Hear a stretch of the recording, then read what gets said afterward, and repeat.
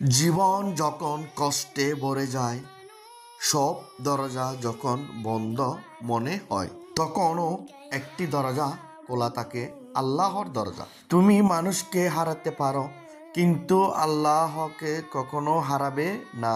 তুমি কাঁদলে মানুষ বিরক্ত হয়, কিন্তু আল্লাহ তোমার কান্না ভালোবাসেন। মনে রাখো, আল্লাহর কাছে করা একটি দোয়া কখনোই ফেরত যায় না। হযরত মুহাম্মদ সাল্লাল্লাহু আলাইহি ওয়াসাল্লাম বলেছেন, আল্লাহর কাছে দোয়ার চেয়ে বেশি সম্মানিত কিছু নেই।